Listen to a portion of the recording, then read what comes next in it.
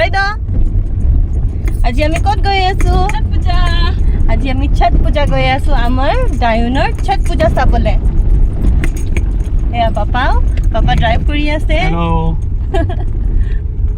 তাকে আমি এতিয়া গৈ আছো।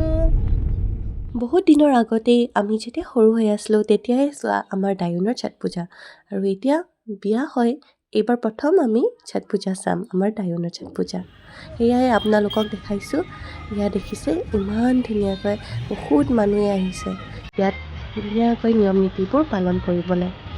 হয়তো ছট পূজা আমাৰ কালচাৰত তেনেকৈ নাই, তথাপিও আপুনি যেতিয়া যাব তেওঁলোকৰ পূজা যেনেদৰে কৰে ইমান ভাল লাগে চাই। মোৰ বহুত ভাল লাগে কিন্তু।